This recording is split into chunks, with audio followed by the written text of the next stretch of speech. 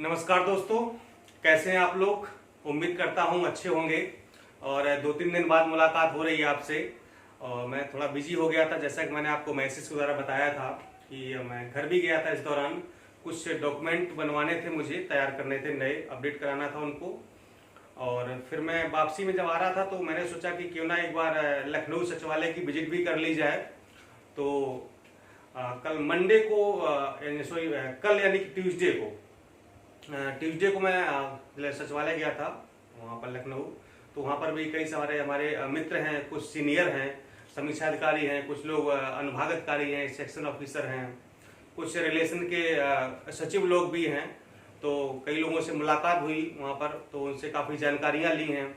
और चूंकि जानकारी का आवश्यकता थी भी कि विभाग वगैरह कौन सा अच्छा होता है, कहाँ पर काम करने का अच्छा मौका मिलेगा, ये सारी बातें जाननी थी।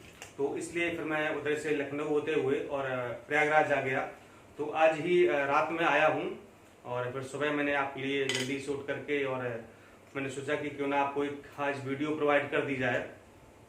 तो आज हम लोग ज्योग्राफी के बारे में पढ़ेंगे कि भूगोल हम कैसे पढ़ें। जैसे कि मैंने आपको हिस्ट्री के बारे में बताया था कि हिस्ट्री आप कैसे पढ़ना है, उसका सिलेबस क्या है, पैटर्न क्या है, किन किन चीज़ों को हम कवर करें। इसी तरीके से आज आपको हम ये ज्योग्राफी के बारे में, भूगोल के बारे में बताएंगे। इसमें भारत का भूगोल होगा, विश्व का भूगोल होगा और पारिस्थितिकी एवं पर्यावरण होगा। ठीक है, यानी तीनों के बारे में आपको हम बता देंगे कि कैसे कैसे इनको पढ़ना है। ठीक है, फिर चाहे इसको आप स्वयं से पढ़ें या फिर आप मेरे साथ पढ़ें। ठीक है, इसके बाद हम आपको जो है एक एक लेक्चर करके धीरे धीरे देते जाएंगे ताकि आपका जल्दी से ज्योग्राफी भी कंप्लीट हो जाए। ठीक है, ज्योग्राफी भी हम लगभग पूरा करा देंगे। जो मेन चीजें हैं, जहां जहां से प्रश्न पूछे जाते हैं तो उनको हम कंप्लीट करा देंगे।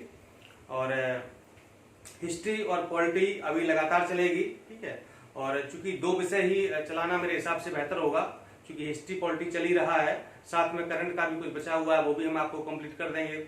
और जैसे ही जल्दी पॉलिटी खत्म होगी तो पॉलिटी समाप्त होते ही हम एक नया विषय लगा देंगे। वो ज्योग्राफी होगा या फिर साइंस होगा या इकोनॉमिक्स होगा, जो भी होगा, जो आप लोग बताएंगे। ठीक है, तो आप लोग को जो भी पढ़ना हो कमेंट करके बताइएगा कि मतलब अगला विषय कौन सा लगाया जाए, किसमें आपको परेशानी हो रही है, कौन सा विषय आप पढ़ना चाहते हैं। ठीक है, तो चलिए फिर शुरुआत करते हैं। और हमारी यात्रा बड़ी अच्छी रही। काफी लोगों ने पूछा था कि सर यात्रा कैसी रही और जिस काम के लिए आप गए थे वो काम हो गया। तो मैं जिस काम के लिए गया था वो पूरी तरीके से हो गया है और अच्छे से हो गया है।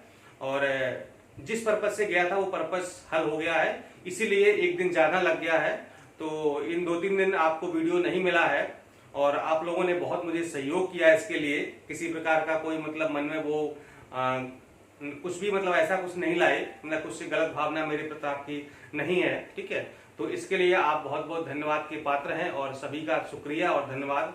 और वीडियो नहीं मिला उसके लिए हम आपसे क्षमा चाहते हैं। और मैं चाहता हूं कि आपको रोज वीडियो मिलता रहे, लगातार मिलता रहे। ठीक है, देखिए ऐसा है ना, जब तक ज्वाइनिंग नहीं होती है तब तक ही थोड़ी समस्या आएगी, है ना। कहीं कभी जाना है, कहीं यहाँ जाना है, कहीं वहां जाना है। ठीक है, और जैसे ही ज्वाइनिंग हो गई फिर क्या होगा, एक स्थायित्व आ जाएगा। ठीक है, कि वही सुबह 9 बजे ड्यूटी जाना है, शाम को 5-6 बजे लौटना है। ठीक है, तो वो एक स्थायित्व आ जाएगा कि हाँ मतलब इतने में हमारी ड्यूटी रहेगी और इसके अलावा जो टाइम है वो हमारा टाइम है, उसमें हम जो है अपना पढ़ाएंगे, वीडियो बनाएंगे। ठीक है, इसके बाद वीकेंड में सैटरडे संडे ऑफ होता है, चूंकि 5 डे वर्किंग है। ठीक है, तो सैटरडे संडे भी हमको ऑफ मिलेगा, तो उसमें भी हम अच्छा काम कर पाएंगे। ठीक है, तो जब तक ये ज्वाइनिंग की प्रक्रिया चल रही है, आई थिंक जून लास्ट में या फिर जुलाई फर्स्ट में ज्वाइनिंग हो जाएगी हम लोगों की। और ज्वाइनिंग हो जाएगी तो एक स्थायित्व आ जाएगा, फिर हम लोग सेटल हो जाएंगे और इसके बाद हम लोग और बेहतर तरीके से अच्छे से कर पाएंगे। ठीक है, लखनऊ में एक अच्छा सा सेटअप लगाएंगे, बढ़िया सा, और हो सकेगा तो डिजिटल बोर्ड वगैरह भी लाने का प्रयास करेंगे, जैसी व्यवस्था होगी।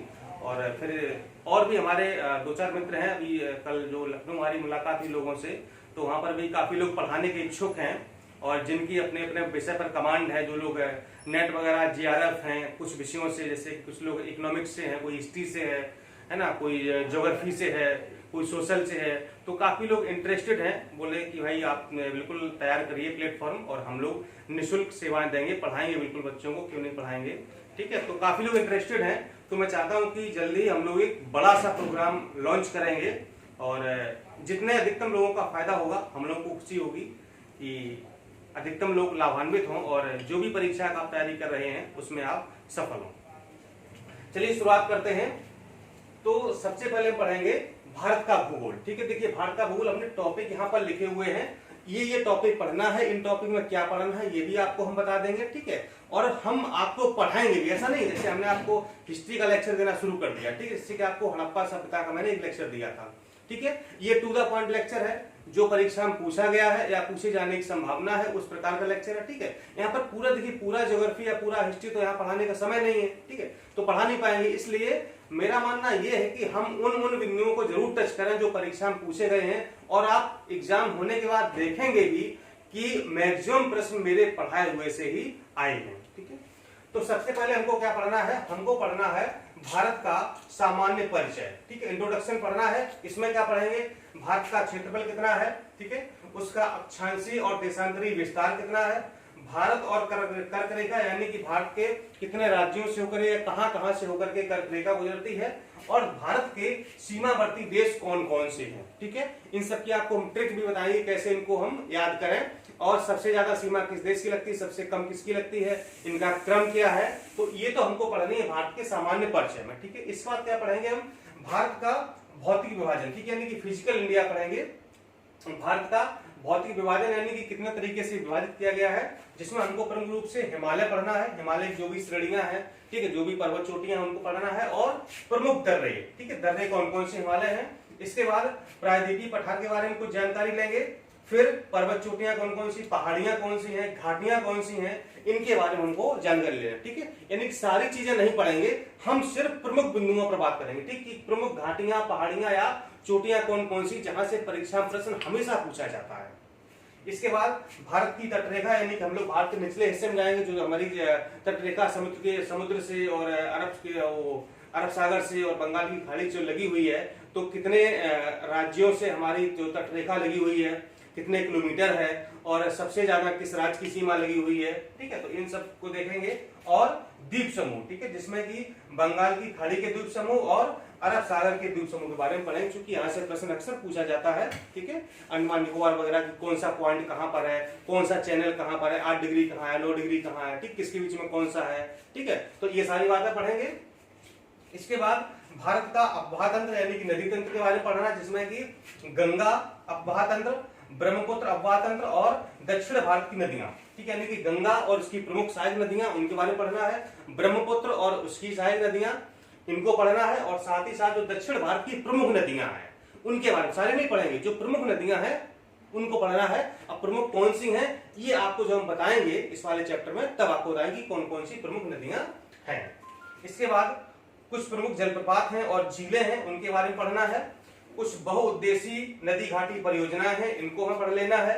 इसके बाद जलवायु के बारे में पढ़ेंगे हम लोग। मानसून यानी मानसून क्या होता है, कहां पर कौन सा मानसून होता है, वर्षा कहां पर कैसी वर्षा होती है, कहां कम होती है, कहां ज्यादा होती है, और जो शीतकालीन वर्षा है। ठीक है, तो ये शीतकालीन जो वर्षा है ये काफी इंपॉर्टेंट है, इसके बारे में आपको बताएंगे कि कैसे इसको पढ़ना है, कहां से यहाँ प्रश्न पूछा जाता है। इसके बाद कृषि के बारे में पढ़ेंगे हम लोग। दलहन, तिलहन, बागवानी फसलें, नकदी फसलें और खाद्यान्न फसलें। ठीक है, देखिए इनके बारे में दलहन तिलहन थोड़ा सा आपको बताएंगे, बाकी इनका जो प्रमुख डेटा है वो करंट से रिलेटेड होता है, जो कि हम आपको पढ़ा चुके हैं। ठीक है, कि फसलों के बारे में, और जो खाद्यान्न फसलें हैं या फिर दलहन तिलहन है या नकदी फसलें हैं, ये सारी आपको हम बता चुके हैं, यानी जो करंट से रिलेटेड डाटा है वो सारा कुछ बता चुके हैं। इसके अलावा और कुछ भी संबंधित होगा तो वो आपको हम बता देंगे। खनिज संसाधन आपको हम पढ़ा चुके हैं, करंट के आंकड़े इसमें देखने होते हैं, पूरा आपको हमने बता दिया है, भारत का भी और विश्व का बता दिया है।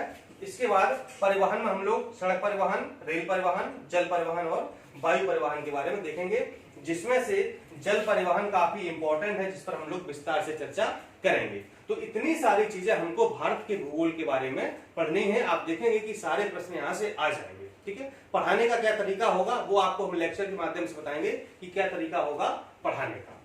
अब हम बात कर लेते हैं, जो हमको वर्ल्ड ज्योग्राफी पढ़नी है, विश्व का भूगोल पढ़ना है, वो सिलेबस क्या कहता है, उसमें कौन कौन से टॉपिक हमको कवर करने हैं। तो सबसे पहले काफी इंपॉर्टेंट टॉपिक है ब्रह्मांड।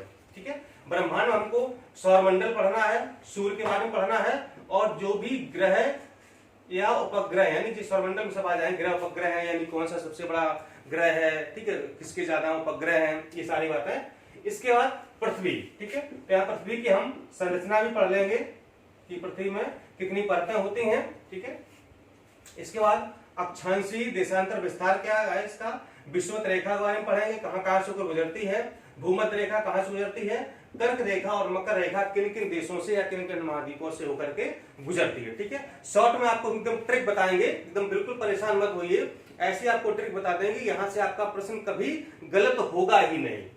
इसके बाद बात करेंगे महाद्वीप यानी कॉन्टिनेंट के बारे में, कौन कौन से पढ़ने हैं। देखिए 7 महाद्वीप आपको पता ही है, एशिया, अफ्रीका, उत्तर अमेरिका, दक्षिण अमेरिका, यूरोप और ऑस्ट्रेलिया, अंटार्कटिका। ठीक है, ये 7 महाद्वीप हैं, जिसमें से कम एशिया, अफ्रीका, उत्तर अमेरिका, दक्षिण अमेरिका और यूरोप, 5 तो कम से कम आपको पढ़ाएंगे, अच्छे से पढ़ाएंगे, क्योंकि जो इन्हीं में सब कुछ, जो नदियां हैं, पर्वत हैं, पठार हैं, घाटियां हैं, झीलें हैं, सब कुछ यहाँ पर, यानी कि एशिया की नदियां है ना, यूरोप की नदियां, और या उत्तर अमेरिका की जो पहाड़ियां हैं या पर्वत हैं या ज्वालामुखी पर्वत हैं। ठीक है, तो जहां पर जो भी चीजें हैं, चूंकि यूरोप में कई सारे ज्वालामुखी पर्वत हैं, ठीक है, तो वो हमको सारे देखने हैं, तो यहाँ पर जो है जो प्रमुख चीजें हैं वो यहाँ पर सारी आ जाएंगी। ठीक है, इसलिए इनको हमने अलग से नहीं किया है। तो जो भी नदियां हैं, पर्वत, पठार, पहाड़ियां, घाटियां, झीलें हैं, वो सारी चीजें इन कॉन्टिनेंट में कवर हो जाएंगी। इसके बाद हम लोग पढ़ेंगे महासागर के बारे में, जहां पर तरंगें और जलधाराओं के बारे में पढ़ेंगे, कौन सी जलधारा किस महासागर में बहती है या किस चैनल से होकर के बहती है, वो ठंडी है कि वो गर्म है। ठीक है, तो ये प्रकार हम देखेंगे। फिर प्रमुख जो मरुस्थल हैं, डेजर्ट हैं, उनके बारे में पढ़ेंगे। ठीक है, कई सारे मरुस्थल हैं जहां से प्रश्न पूछा जाता है कि जनसंख्या के हिसाब से बड़ा कौन सा है, क्षेत्रफल के हिसाब से कौन सा बड़ा है, ठीक है, या निर्जन कौन सा है, इस तरह से प्रश्न आते हैं। पर्वत चोटियां, कहां पर कौन सी पर्वत चोटियां, यानी कि इनसे जो बची हुई है, पहली चीज तो यहाँ पर कवर हो जाएंगी इन महाद्वीपों में, इसके अलावा कुछ अगर और बचेंगी तो यहाँ पर वो पर्वत चोटियां कंप्लीट हो जाएंगी, पहाड़ियां भी। और इसके बाद प्रजाति और जनजातियां, यानी कौन सी प्रजाति और जनजातियां कहां पर निवास करती हैं, इनके बारे में पढ़ेंगे। और कुछ अगर मिसलेनियस बचेगा विविध के बारे में तो वो भी हम देख लेंगे। ठीक है, इस तरह से विश्व का व्यू। देखिए यहाँ पर जो पीसीएस की परीक्षा होती है या फिर जो आरओ की परीक्षा है, खंड शिक्षा की परीक्षा है, तो यहाँ पर विश्व का भूगोल कम पूछा जाता है, भारत का भूगोल और पर्यावरण ज्यादा पूछा जाता है। ठीक है, इसलिए हम लोग को विश्व का भूगोल ही पढ़ना है, लेकिन उतना ही पढ़ना है जितना की परीक्षा में पूछा जाता है। अब हम पारिस्थितिकी और पर्यावरण, ठीक है, इकोलॉजी एंड एनवायरनमेंट के सिलेबस के बारे में बात कर लेते हैं। तो सबसे पहले देखेंगे कि ये पारिस्थितिकी और पर्यावरण क्या है, यही समझेंगे। ठीक है, इसके बाद पारिस्थितिकी और पर्यावरण पर मानवीय प्रभाव क्या है और सतत विकास क्या होता है, सस्टेनेबल डेवलपमेंट क्या होता है, इन सब के बारे में जानेंगे। इसके बाद हम लोग थोड़ा पढ़ेंगे बायोडायवर्सिटी यानी कि जैव विविधता के बारे में पढ़ेंगे। जैव विविधता क्या होती है, जैव विविधता से संबंधित कौन कौन से सम्मेलन हुए हैं, और साथ ही जो इंपॉर्टेंट है वो है नगोया प्रोटोकॉल। ठीक है, तो नगोया प्रोटोकॉल की पूरी इतिहास पढ़ेंगे, कहां पर हुआ था, क्यों हुआ था, किससे संबंधित था, कब हुआ था, ये सारी बातें पढ़ेंगे। इसके बाद ओजोन छिद्र, जो आपको पता है समताप मंडल में स्थित है, ठीक है, ओजोन छिद्र पढ़ेंगे हम लोग। ठीक है, और इसके बाद जो इससे संबंधित है मॉन्ट्रियल प्रोटोकॉल। ठीक है, कौन सा, यानी कि ओजोन क्षेत्र से जो संबंधित मॉन्ट्रियल प्रोटोकॉल है, इससे इसको पढ़ेंगे, काफी इंपॉर्टेंट प्रश्न पूछा जाता है। इसके बाद ग्लोबल वार्मिंग के बारे में पढ़ेंगे, इसके क्या होती है ये और किस वजह से होती है और इसके प्रभाव क्या है। ठीक है, जैसे प्रभाव क्या होंगे, जलवायु परिवर्तन है, अम्लीय वर्षा है और कार्बन ट्रेडिंग है। ठीक है, ये जो इसको प्रमुख प्रभाव है, अम्लीय वर्षा क्या होती है, जलवायु परिवर्तन कैसे होता है, ग्रीन हाउसेस गैसें कौन कौन सी होती हैं, कौन सी खतरनाक है, इन सब के बारे में हम लोग पढ़ेंगे। इसके बाद पढ़ेंगे पर्यावरण संरक्षण व विकास की दिशा में किए गए प्रमुख प्रयास। ठीक है, यानी कि पर्यावरण को बचाने के लिए और इसको विकास के लिए कौन कौन से प्रयास किए गए हैं, इसमें क्या पढ़ेंगे, जो इसकी ऐतिहासिक चीजें हैं पृष्ठभूमि वो पढ़ेंगे, और साथ में करंट में क्या चल रहा है, इन सब के बारे में हम लोग देखेंगे। यानी कि इसका इतिहास और करंट से रिलेट करके इसको हम लोग पढ़ने का प्रयास करेंगे। इसमें क्या क्या होगा, प्रमुख होगा स्टॉकहोम सम्मेलन, रियो या पृथ्वी सम्मेलन, कियोटो प्रोटोकॉल और रियो +20 सम्मेलन। ठीक है, इतनी सारी बातें हमको पढ़नी, क्योंकि यहाँ से प्रश्न अक्सर पूछा जाता है कि रियो सम्मेलन कब हुआ था, या पृथ्वी सम्मेलन कब हुआ था, या पृथ्वी +5 सम्मेलन कब हुआ था, या कियोटो प्रोटोकॉल किससे संबंधित था, इन सबको आप पूछा जाता है। इसके बाद वन और वन्य जीव के बारे में पढ़ेंगे कि सबसे ज्यादा वन कहां पर है, कौन कौन से कहां पर वन पाए जाते हैं, उसमें कौन कौन से वन्य जीव पाए जाते हैं।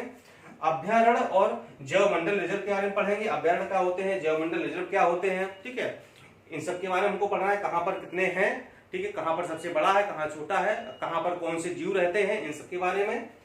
प्रदूषण के बारे में थोड़ा देख लेंगे, ठीक है, जो प्रमुख प्रदूषण जैसे जल प्रदूषण है, वायु प्रदूषण है, ध्वनि है, ठीक है, इन सब के बारे में हम लोग थोड़ा सा देख लेंगे। और जल संरक्षण काफी इंपॉर्टेंट है, जल संरक्षण यानी कि जल का बचाव कैसे किया जाए, और कुछ और भी अगर मिसलेनियस चीजें होंगी विविध तो वो भी हम देख लेंगे। ठीक है, तो इस तरीके से ज्योग्राफी यानी कि भूगोल, भारत का, विश्व का, और साथ ही उससे संबंधित जो टॉपिक है इकोलॉजी एंड एनवायरनमेंट, ये तीनों हम आपको कवर कराएंगे। ठीक है, और इस तरीके से कवर कराएंगे कि आपका परीक्षा में कोई प्रश्न गलत ना हो। ठीक है, हमारा देखिए पढ़ाने का अभी उद्देश्य यही है कि प्रश्न आपके पीटी में गलत नहीं होने चाहिए। ठीक है, क्योंकि सिलेबस बहुत ज्यादा है, बहुत वास्ट सिलेबस है, पूरा कवर कराना इतने कम समय में संभव नहीं है, इसलिए हम इसको इस टेक्निक से पढ़ाएं कि सांप भी मर जाए और लाठी भी न टूटे। ठीक है, यानी हमारे परीक्षा में प्रश्न भी सही हो जाए और ज्यादा समय भी न देना पड़े, इस तरीके से हम लोग जो पढ़ने का प्रयास करेंगे। ठीक है, चलिए आज आप ये सिलेबस के बारे में आपने देख लिया, और आपको शाम तक या फिर कल एक वीडियो और मिलेगा, मतलब कि कल से क्लास समझो कि रेगुलर हो जाएंगे। ठीक है, आज ही मिल गया, थोड़ा थकान थी इसलिए आज एक ही वीडियो बन पाया है। ठीक है, रात में हम और 2-3 वीडियो बनाएंगे, तो कल से आपको रेगुलर वीडियो जिस तरह से हमारी दिनचर्या चल रही थी उसी प्रकार से हम लोग फिर से उसी रूटीन में आ जाएंगे। ठीक है, चलिए मिलते हैं अगले वीडियो में, नमस्कार।